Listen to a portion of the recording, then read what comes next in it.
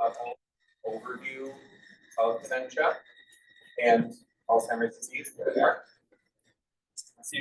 For those of you that are in the room, to probably more easily see our objective today, we're going to talk about what Alzheimer's is and dementia. Those terms are used interchangeably all the time, and I'm going to explain why that's a little bit wrong, but also a little bit right. We're going to talk about what it's doing to the brain. There are things that we know we can do in our real lives and changes we can make in our real life to reduce risk factor or risk of developing dementia later in life. Look at the different stages of the disease and clear up some questions about that. Talk about some science and research, and then talk about what the association offers as far as resources to the public to make that transition a little bit easier. This presentation does have several videos. If it is too quiet, please let me know and I will turn up the volume. And there's a couple of knowledge checks. So I just ask that you try to participate as much as you possibly can if you know the answer.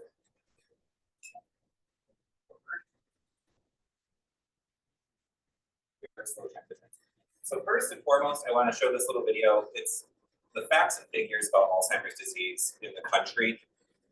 I will say that this is last year's facts and figures. We relatively recently this spring got the updated one, so if there's anything major, I'll just tell you what's different. Oh, never mind, let's test your knowledge first. These quizzes pop up on the outside. So approximately how many Americans are currently living with Alzheimer's disease? Any guesses? Shout it out. You don't have to raise your hand here. What's that? 6 million. 8 million?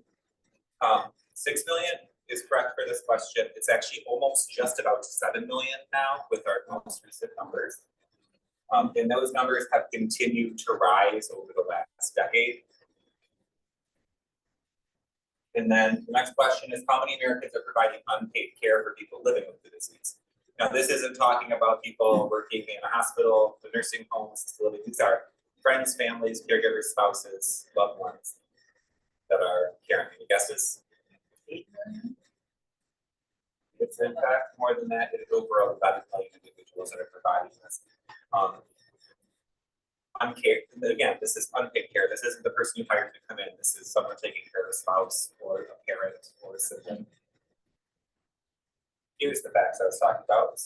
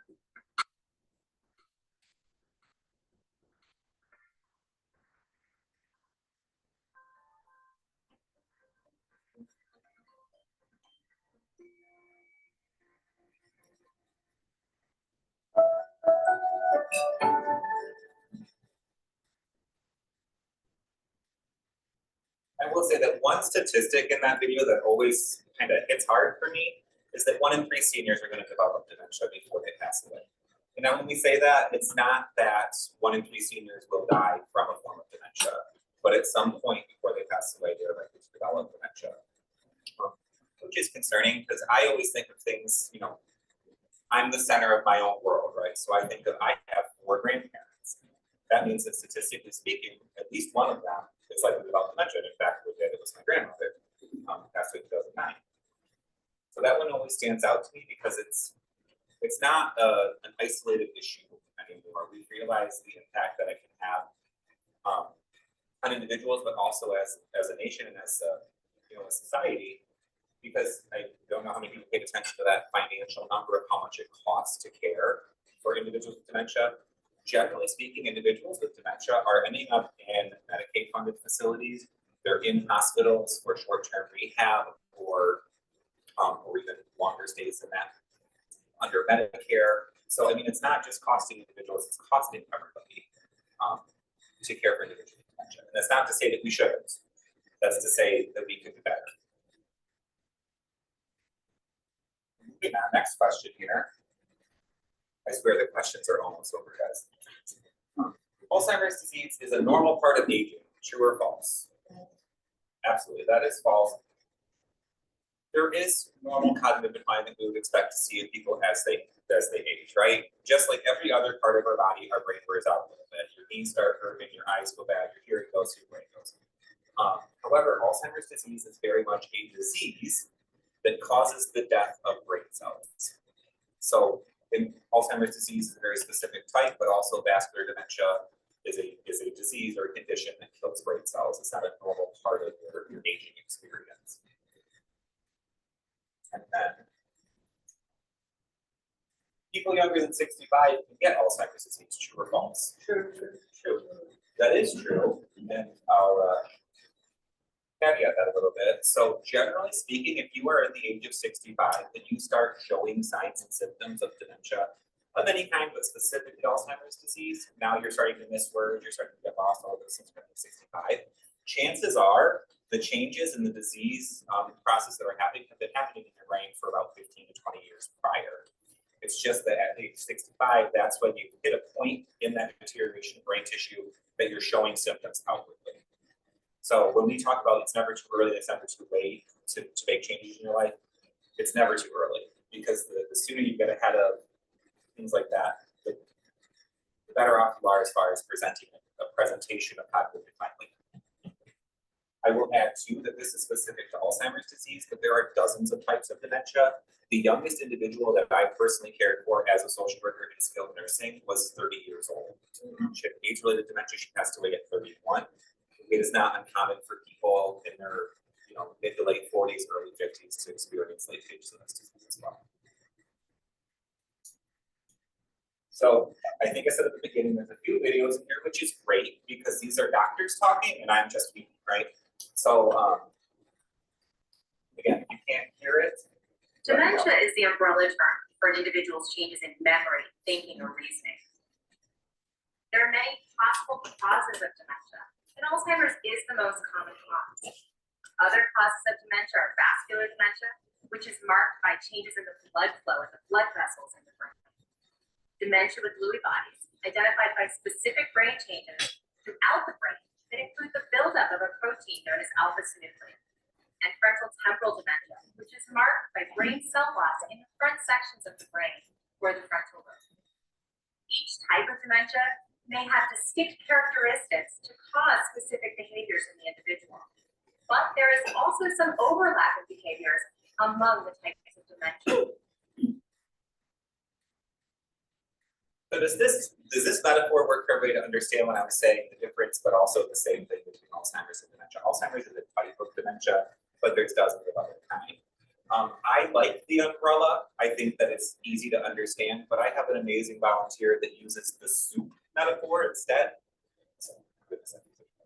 So imagine you've got yourself a big old pot of confusion soup. You've got your confusion in there, you've got your changes in behavior in there, you've got your change in executive function in there, all of that. Well, then you throw in some plaques and tangles. Well, that makes it Alzheimer's soup. If you throw in a lack of blood flow to the brain, that makes it a vascular dementia soup. When we talk about the difference between dementia and Alzheimer's, not so much a difference, is that dementia is a category of diseases, categorized by these symptoms, and these are what are causing it. So very specifically, and they talk a little bit, and I'll talk a lot of it, about the importance of knowing which kind, because you can only treat a disease if you know what disease you're treating, right? And she's going to talk about why it's accurate diagnosis is important. Having the diagnosis of Lewy body was helpful in our planning because we began to understand where this was coming from in the brain, where otherwise we would not have known. Like we knew something was happening, but what was it? To give it a label actually helped, although it was a big umbrella. It explains some of the characteristics and symptoms that we were experiencing and seeing. So by a quick show of hands, is anybody familiar with Lewy body's dementia in here? That's what Robin Williams said. Yes, exactly. So Lewy body dementia doesn't necessarily affect your memory as much as your behavior, causes hallucinations and delusions. If you were going to care for somebody with Lewy body's dementia, very differently than you would care for somebody with Alzheimer's dementia or vascular dementia. Furthermore, which is not in here yet because things are changing so rapidly in the research world that the slides aren't always up to date. But the current medications that are out for Alzheimer's disease, the intravenous ones that actually slow the disease process, only work for Alzheimer's disease. They won't work for vascular because they're targeting these beta amyloid plaques in the brain and clearing them out. If you have Lewy body dementia, if you have vascular dementia, those medications aren't going to do you any good. There's other treatment options for those conditions. But to have that accurate, like, no, this is the disease process that I'm facing, allows you the ability to then make decisions about care going forward. A lot of physicians often will look at a dementia, an individual experiencing dementia, and say, well, it's just dementia. It's very, very important that you ask what kind and continue to advocate for yourself or for who you care about to make sure that all of the options are being explored. I'll get off my soapbox on that.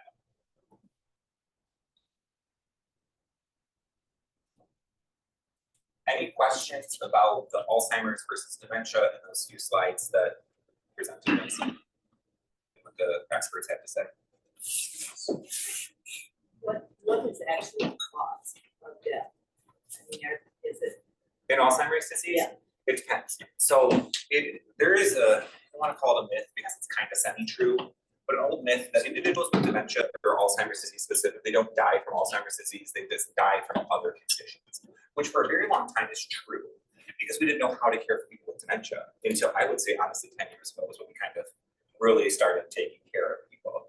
So for a very long time, individuals experiencing dementia and slowly losing their ability to feed themselves, bathe themselves, get up and ambulate on their own would result in conditions like pneumonia or nutrient deficiencies, falls, things like that, that would result in death. And it's not that that's not uncommon, and it's not that it's not still feasible today, but if you do everything right and keep people moving and do all of the other things that keep the rest of the body healthy, inevitably the dementia will destroy the parts of the brain that cause you to breathe and things like that, your heart. It's just oftentimes you don't necessarily make it that far because of other comorbidities.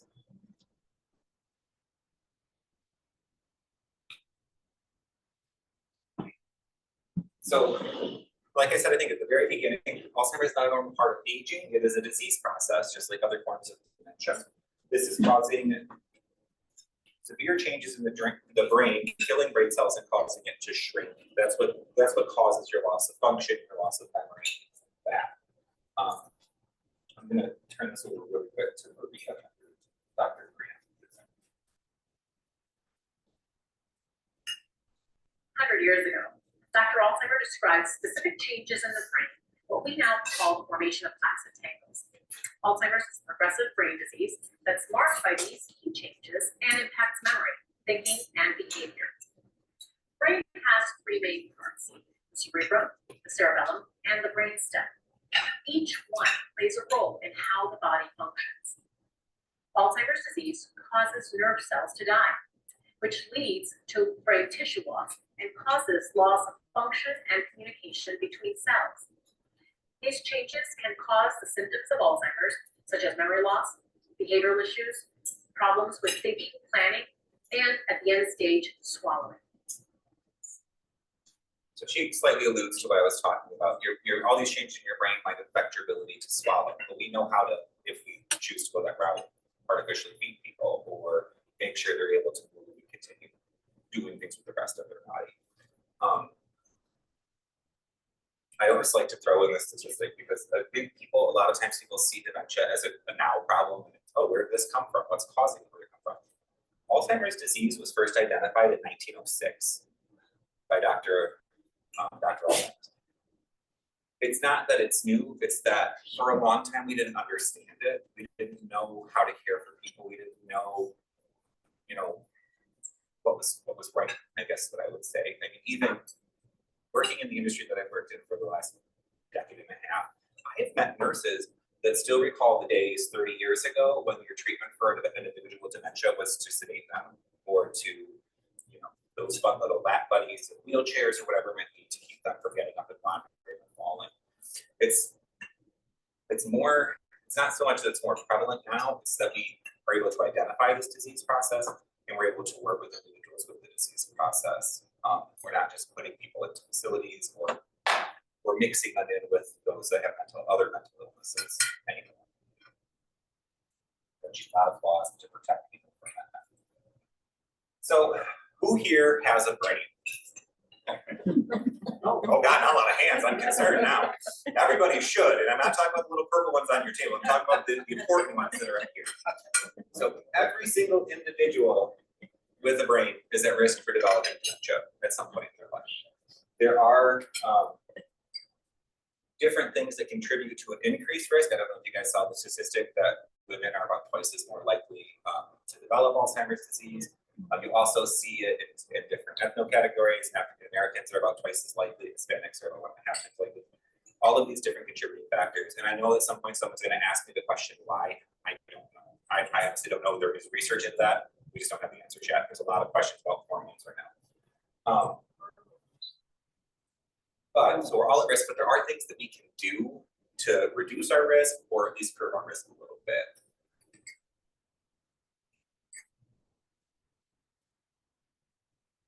So off the bat, or out the gate, sorry, what is the greatest known factor for risk factor for Alzheimer's disease? Anybody know? You got genetics, family history, or age?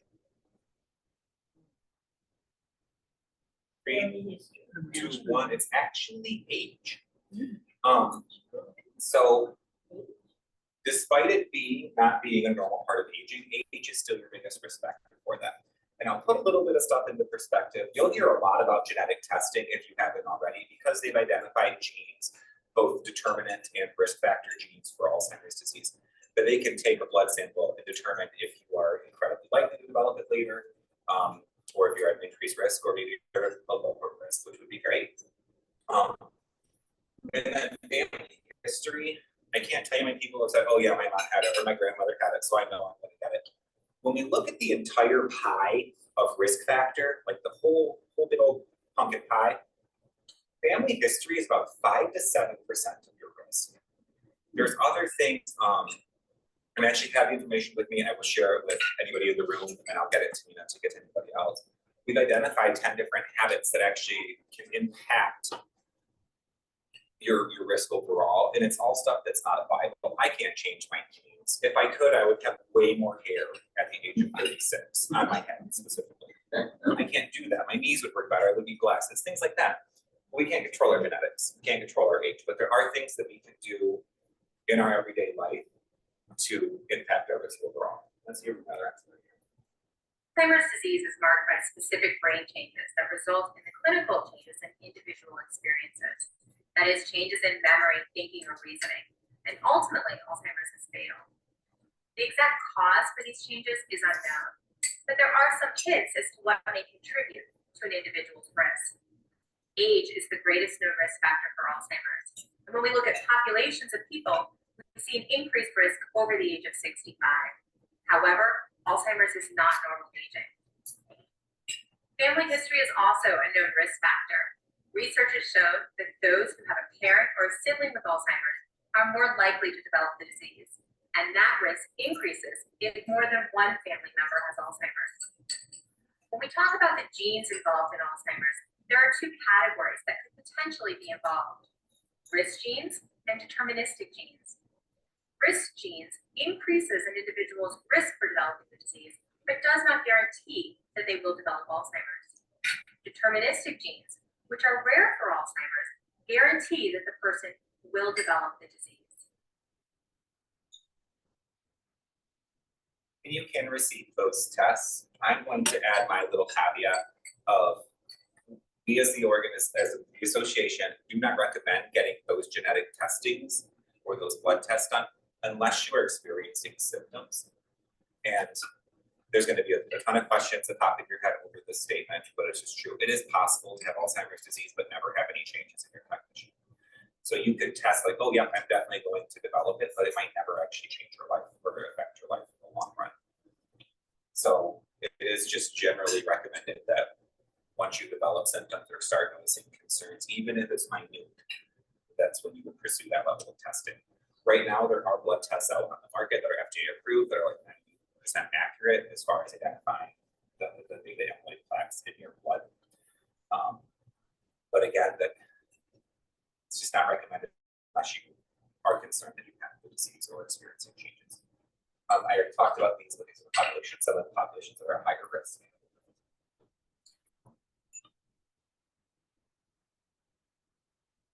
Any questions about all of that? I know that was kind of a lot in a very short amount of time.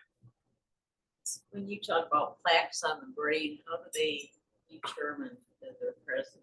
Like, is it a blood test? So they can do a blood test. I will say if you are experiencing symptoms and you want to try one of the newer medications, they'll do a spinal fluid sample to determine that, because everything from your brain flushes into your spinal cord. They're able to detect it there, but they are able to detect the presence in your blood as well.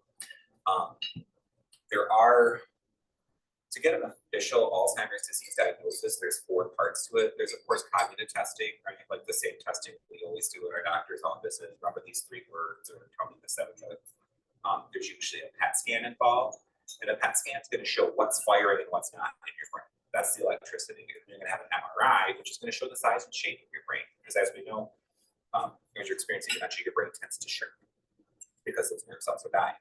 And then there will be some form of a biomarker, and the biomarkers are usually spinal fluid. Eventually, I'm sure they could be blood. They might be able to develop more as we go through.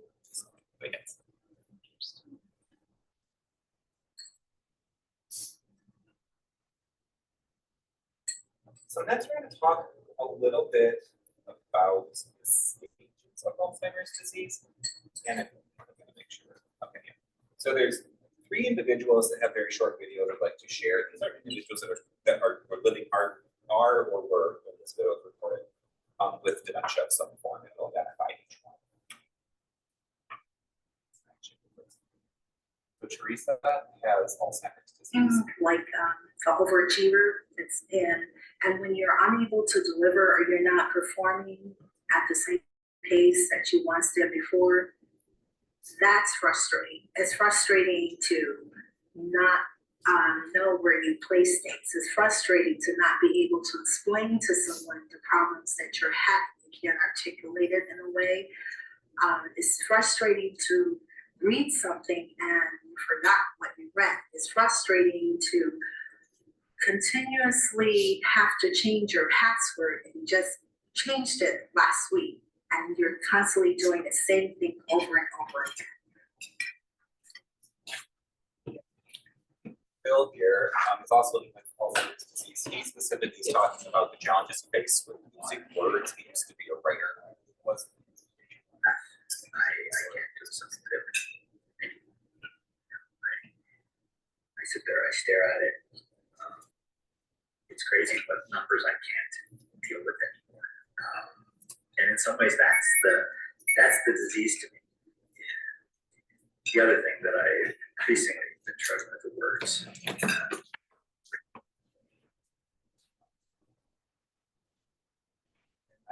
Tom is living with Lewy bodies dementia. All right, he does get a video. So when we talk about the stages of Alzheimer's disease, does everybody recall the 7 stages of dementia? That was for a very long time, people talked about 7 stages. The reality is we think of it as a continuum because everybody experiences the disease so different that it's kind of impossible to categorize people into very specific chunks. Because 2 people going through the same disease process at the same risk might present to the world completely different. So when we look at it as a continuum, of course, we start with asymptomatic. So this blue section here represents that period of time that I talked about where changes are happening in the brain, but it's not showing outward yet. We're not losing words, we're not losing track of things, anything like that. Stuff is happening, but you might not realize it. And then generally speaking, people transition to what we call moderate cognitive impairment, MCI. So this is when you first start seeing symptoms. This is when people are tripping over words, they're losing directions, they're losing track of familiar appointments, things like that. That really super basic, like, oh, something's weird, but not quite, extreme enough that it's causing growth and concern. And from there, this is when you should see a doctor, by the way. You should see a doctor here, because any chance of potential treatment option stuff starts there. From here, you might stay in this. Individuals might just stay with a little bit of cognitive decline and not really progress any further. But to continue down the Alzheimer's disease continuum, we look at mild, moderate, and severe. And when we're looking at these, mild would be things like losing track of words, requiring assistance with more high-level tasks. Maybe you're challenged with a new piece of technology that you just took on, things like that. When we talk about the moderate phase, generally speaking, we're looking at needing assistance with bathing, dressing, just maybe standby assist, maybe support. You're probably no longer cooking in that stage. You're likely not living alone in the moderate stage. And then when we transition into the third phase here, the severe, that's when we're talking about individuals who are potentially bed-bound, wheelchair-bound, gary chair-bound, require hands-on assist for feeding, grooming, bathing, likely incontinence care, things like that. So again, two people in the same timeline could present very differently. So what this looks at is more about the presentation of the disease versus what's going on that you can't see now. Does that make sense? Ask questions if you have questions. I like to pretend like I'm smart enough to explain this stuff without questions, but I'm humbled sometimes. So, and like I say, throughout this continuum, things just get a little bit worse. And again, it travels at different rates for different people. Everybody experiences the disease very different. I will say from the time that my grandmother was diagnosed to her passing, it was less than 2 years. But I've also known people who have cared for individuals for 15 to 18 years. It really just depends on the individual and a lot of other contributing factors in our lifestyle choices, our overall health and comorbidities. Do you know if dyslexia makes it worse? I don't. I honestly don't. I could see why it could be brought into question because it already affects our understanding of the world, and dementia would cause it further. But I don't know that there's any science or like an article I can pull for you. Dyslexia. I will say other cognitive conditions like developmental disabilities, intellectual disabilities, traumatic head injury, things like that do significantly increase your risk because there's already stuff going on, so it's easier for the dementia to present itself. Any questions about the stages of Alzheimer's disease? What about if they're left-handed? I know I've never heard that before in my life. That's good. I only know 2 left-handed people. Yes. 3. But. I just thought of it, Well, and yeah, and those are those weird little things. I will say, I think we talked about it about research. We fund research in a lot of weird places, or what might seem weird. Never know. And that would be a very interesting breakthrough that I feel like would be in the news. So FDA in the news, you guys. FDA approved treatments. I am not a doctor. Emily's not a doctor. Nina, you're not a doctor. Anybody in here a doctor? Okay, so none of us can diagnose anybody, and none of us can prescribe anything. I'm going to talk about the options that are currently available right now, and they're going to talk about it several different ways.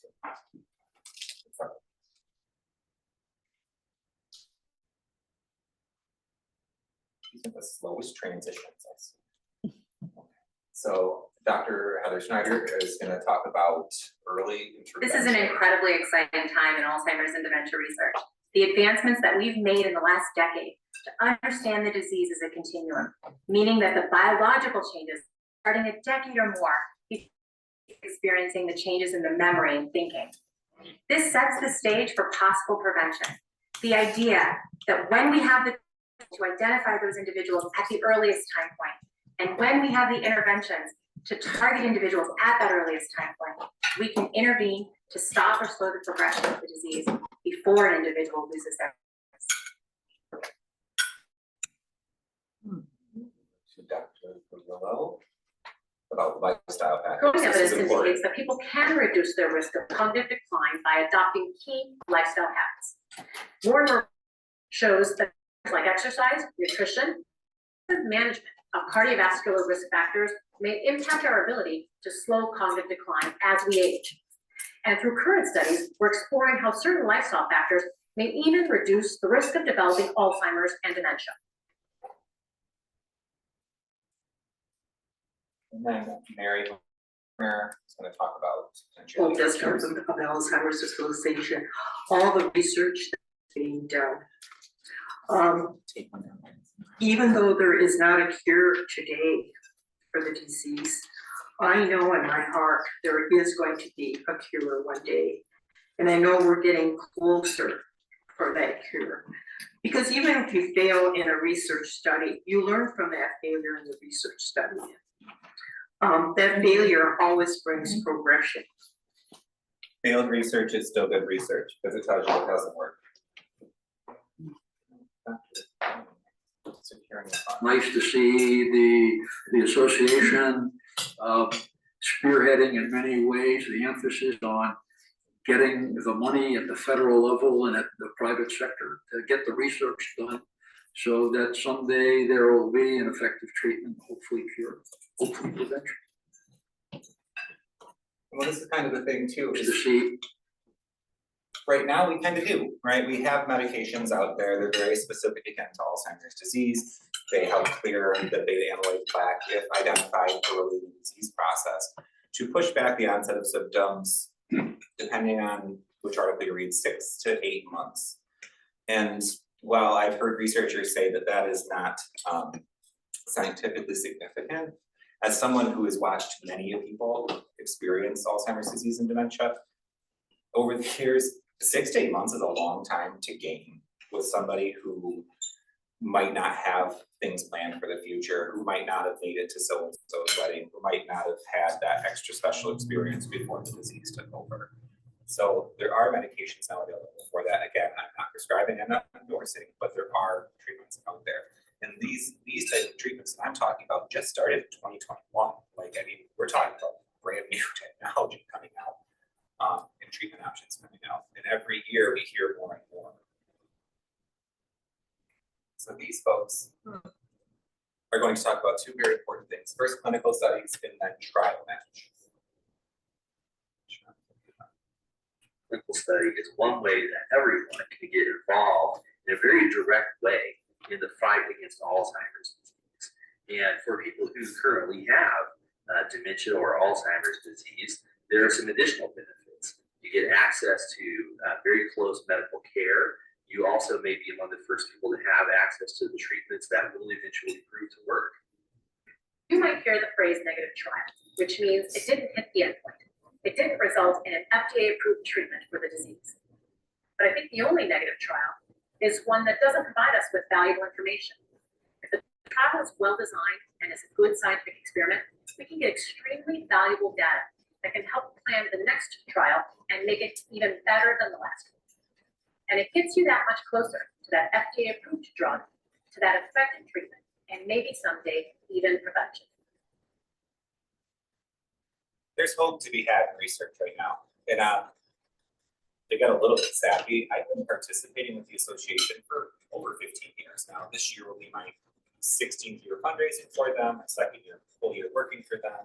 I volunteered in many different ways along the way. It's something big to me. And I will say that over the last year is when I felt the most hopeful of what we're seeing coming out of research, our understanding of the disease, our understanding of possible preventative message, which I just passed out to everybody, the 10 healthy habits, and things like that. There is hope in research. Stating it, clinical. Sorry, Doctor. So what Dr. 𝗟cie was going to speak about, that I skipped her video, it's kind of long to overview. We have a program called Trial Match, and Trial Match is a system designed to connect people with potential research that they can participate in as a participant. Right now, there's a need for over 65,000 participants to be in studies in research. You can't do research without participants, right?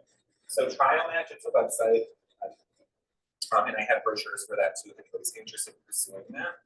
But it's 𝗟cie.org/TrialMatch, and you put in all your information, your demographic information, and it brings up studies around the world, and not just ones that we're funding. Any dementia research that's going on, and it gives you the opportunity to potentially join. And it could be, I'm filling out a survey every 6 months or doing cognitive testing. I had a friend of mine that did it, and she went to Ann Arbor a few times for brain scans.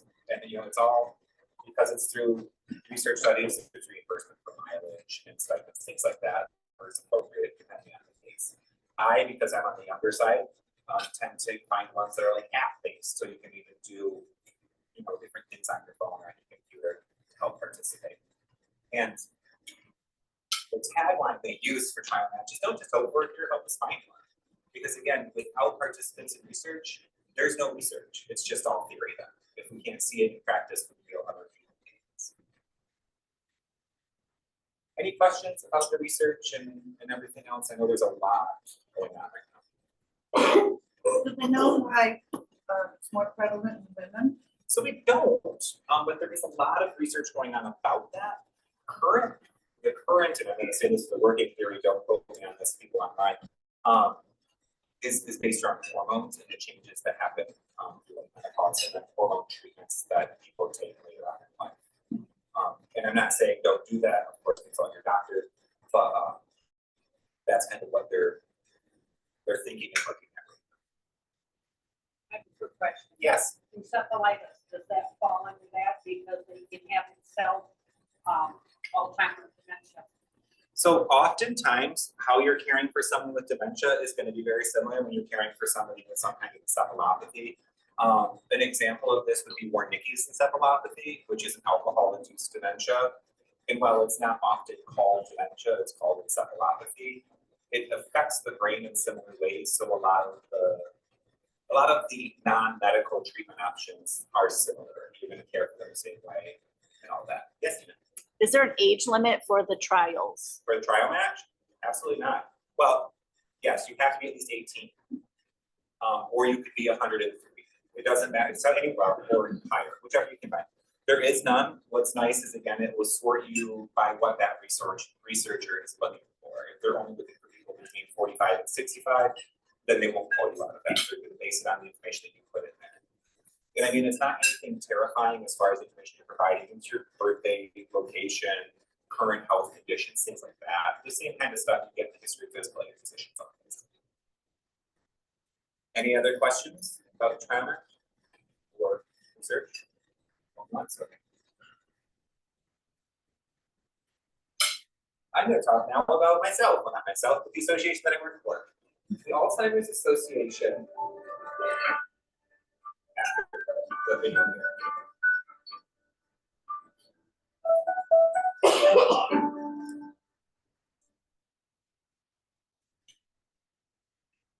I'm not gonna lie, I love the Alzheimer's Association and its mission. I'm fully there. That was a really unnecessary transition into this slide.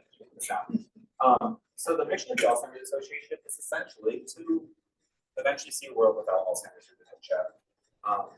That's our overall vision. And the way we're doing that, or we're hoping to do that, is by funding local research, accelerating that. There's a big focus over the next 10 years to start focusing on, this is the research that's great, let's get it interpreted so we can then turn it into action. Because you can have all of the answers here, as far as this research study shows 𝗟cie, but if we don't know how 𝗟cie then relates to your trip to the doctor's office or to the direct caregivers, so they're going to be working on accelerating that process from this is what we know, this is how we can use that knowledge. The association, there's several ways to get a hold of us if you need us, and they're all very easy. The first and foremost best thing that we do is this 24-hour helpline. And when I talk about 24 hours, I'm talking any day of the week, any holiday, 2 a.m., it doesn't matter. This is connected to individuals and brings to our Chicago office, our home office, outside of normal business hours, but they can provide, let's say it's 2 p.m, you got a letter in the mail, your doctor that you've had for the last 15 years is retiring. A doctor that knows what they're talking about in dementia. You can call them and they will connect you with a list of neurologists or geriatricians, whatever it is you're looking for. It can be 2 in the morning. I'm caring for my spouse and they're outside and they won't come in and the neighbors are starting to call the cops because they're being loud. I don't know. There'll be a licensed counselor that can talk to you on the other end, walk you through best practices and hopefully prevent some kind of emergency response call. You can also chat with the helpline on our website if that's more of your thing. Of course, you can visit our website. I will say that our website is deep and powerful. A lot of information in there. You can find everything about our research that's been funded, what's going on as far as treatments, support groups, education, and then we also have a website, it's 𝗟cie𝗯𝗱𝗃𝗃. That's our community resource finder, and you can search for support services in your community within a certain mile radius. If you're looking for home care agencies within 10 miles, you can search for that. And it's all updated by those individual companies, so the information should be correct. When I love them, but there's lots of details. So there's ways that you can participate with us, and there's a slide for each one of these. I don't feel it necessary. I can explain them. Of course, we are always looking for volunteers. Raise your hand if you're an Alzheimer's Association volunteer. Emily is with us, which is great. We have volunteers that facilitate support groups, facilitate education programs, do community outreach for us, things like that. We're one of the largest volunteer-driven organizations in the country. Are you out? Oh.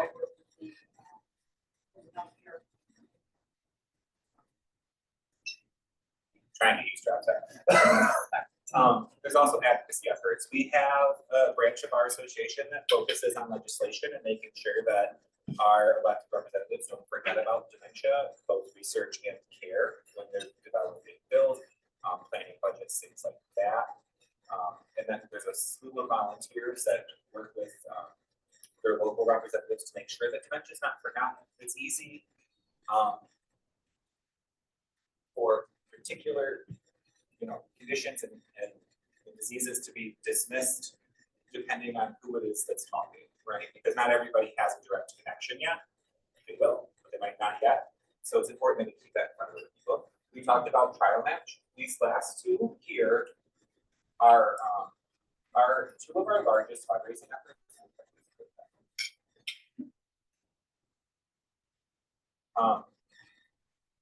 Walked in Alzheimer's in the longest day. Immediately after this slide, I'm going to talk about some of our more direct care programs. I want to note that everything that we offer to the public that I'm going to talk about is free. It is funded solely by fundraising through Walked in Alzheimer's, fundraising through the longest day, large scale event fundraisers you might hear about, things like the golf outing, things like that. Private donors, things like that, a few grants. And so I'm not going to ask for anybody's money. That's not my job. Thank goodness, I don't like asking for money. But if you get a chance to participate in one of these, know that those are what keep it free for everybody to keep things growing and funding research. So some of the programs that I want to quickly mention and I'll answer questions on. I don't want to take up too much more time. We offer a program called Care Consultation. So this program is essentially a personalized social worker for 6 months. Let's say you've gone to the doctor with your spouse has been diagnosed with mild cognitive impairment or early dementia. You don't know what to do because, as sad reality is, we don't usually learn how to care for the condition until we have to. So you can call us, they'll connect you with the master's level social worker, they'll do assessments, they will build care plans and help connect you with resources in your community. An example of that is in Sanilac County. We, as an organization, unfortunately don't have respite scholarships out here, but we know who does because the Building Ties Committee offers respite scholarships. So our social worker will help connect with different services, whether they're through us or through others. We don't care who helps you as long as you get help. Right? Another program that we offer is a wandering support scholarship. Essentially what that breaks down to is we'll help cover the cost of a wandering device, whether it's a GPS watch, whether it's a medical alert bracelet, whatever it is that you find most appropriate, we'll cover up to $500 of that cost. We just can't pay monthly subscriptions, but if that device costs $300 to get out of the package, we can help with that, we'll reimburse for that.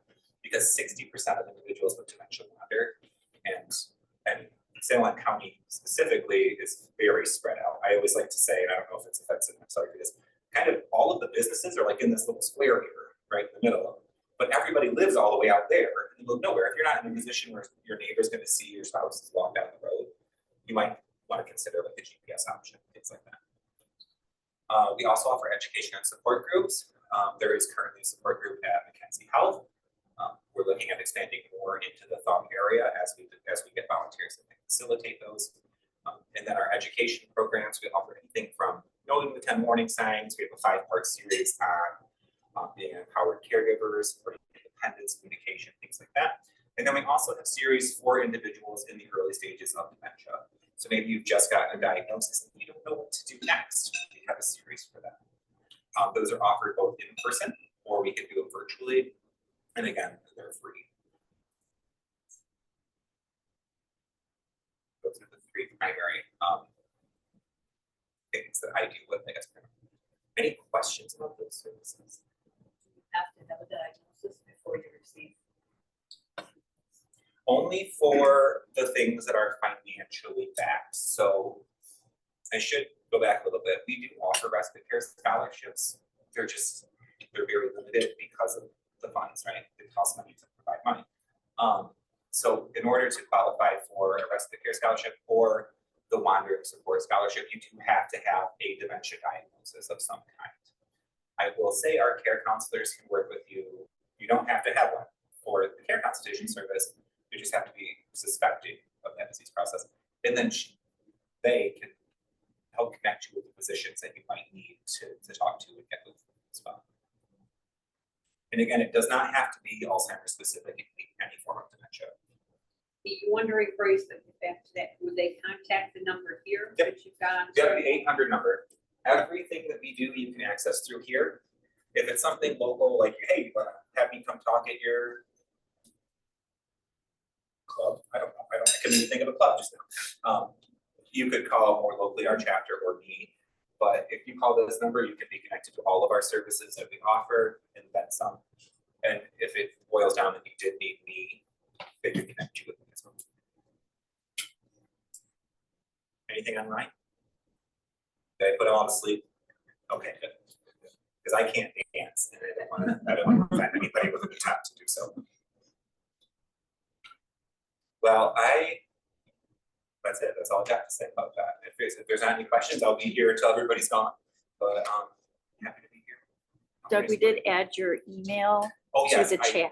put my email into the chat for those that are attending virtually. If there's anything that maybe you have a question about later, or some slide or anything specific that you want from this presentation, just reach out to me via email and I can get it sent to you. Same thing with anybody in the room, I can give you my email.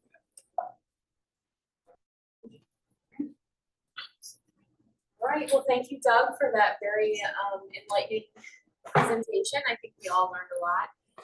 And thank you all for coming to our presentation today. Just as a reminder, our next presentation is for Healthy Living Together is September 17th, Hidden in Plain Sight, and that is with Stephanie Ludington from the Health Department. So we hope to see you all there and have a good day. Thank you.